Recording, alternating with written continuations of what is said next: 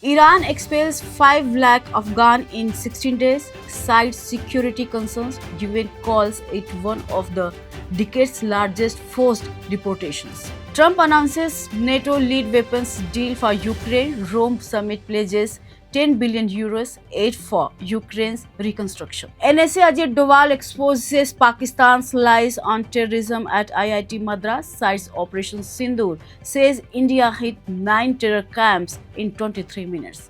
Namaskar, welcome to Habis Now. I'm Shashira. You are watching What's Going On.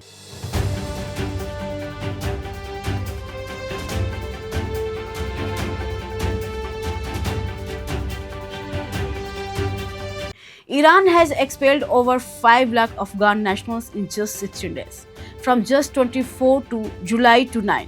This means that more than 30,000 Afghans were deported each day on average. The United Nations has called this one of the biggest forced deportations in a decade. Iran has taken this strict action against migrants, citing internal security concerns after recent tensions with Israel. Back in March 2025, Iran had warned all illegal Afghan migrants to leave the country by July 6 or face forced deportations. After a 12-day military conflict between Iran and Israel in June, Iran increased the speed of these deportations. Among those deported are hundreds of children, including many who are orphans and traveling alone. According to the UN, hundreds of unaccompanied children are being found at the border every week. UN official Myong Park told CNN that these numbers are shocking. An Iranian state TV report showed an Afghan man confessing to spying for Israel. He claimed that an Afghan living in Germany paid him $2,000 to share information about certain locations. However, there were no clear details, name, or proof provided. Meanwhile, Pakistan is also sending Afghan nationals back at a faster rate. Pakistan is blaming Afghan citizens for the terrorist attacks and crimes happening inside its borders. However, Afghanistan has denied this accusation and said they are not true. On Thursday, US President Donald Trump said that the US will send weapons to Ukraine through NATO and NATO will pay for the entire cost. Trump told NBC News that a new agreement has been made between NATO allies and Ukraine for sending American weapons. According to media reports, the US is planning to send a $3 million package, around 2,500 crore to Ukraine. This may include Patriot missile systems and medium-range rockets. Although the final list of weapons is not confirmed yet, the US is a member of NATO, a military alliance of 32 countries that work together to protect each other from outside attacks. The US pays 66% of NATO's total expenses. This will be the first time Trump allows sending weapons to Ukraine under the Presidential Drawdown Authority, a legal process that lets the president send weapons directly from US stockpiles during emergencies. Earlier during Trump's term, the US only sent weapons that were already approved by former President Joe Biden. Now, under the new plan, weapons will be sent to NATO and NATO will deliver them to Ukraine. Trump said, "We will send weapons to NATO, they will pay for them, and then NATO will give them to Ukraine."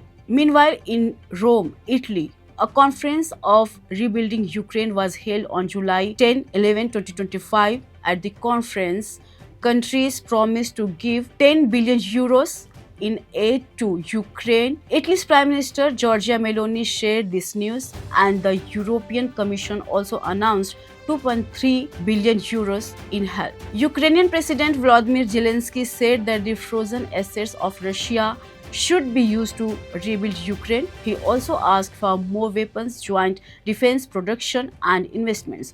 A total of 38 countries and several international organizations joined this conference.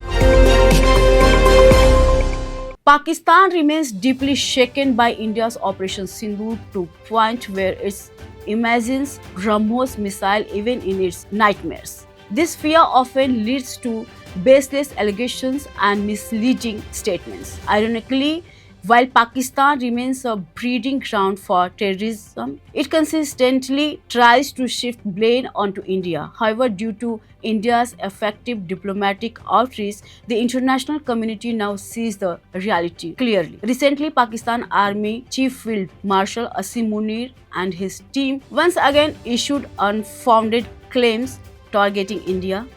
A day earlier, Pakistan military spokesperson Lieutenant General Ahmad Sharif Chaudhry directed named India's NSA Ajit Doval, accusing him of backing terror groups inside Pakistan. In response, Ajit Doval gave a firm and direct statement during the 62nd convocation ceremony at IIT Madras, where he publicly addressed Operation Sindoor. He described how India successfully neutralized 9 terror bases located deep with Pakistani territory, not near the border but well inside the country. Doval said, "We take great pride in our homegrown technology. During Operation Sindoor, every target was carefully selected and precisely struck. Not a single objective was missed." He further revealed the entire operation was completed in just 23 minutes. He also criticized the international media, especially the New York Times, for their biased reporting, asking them to show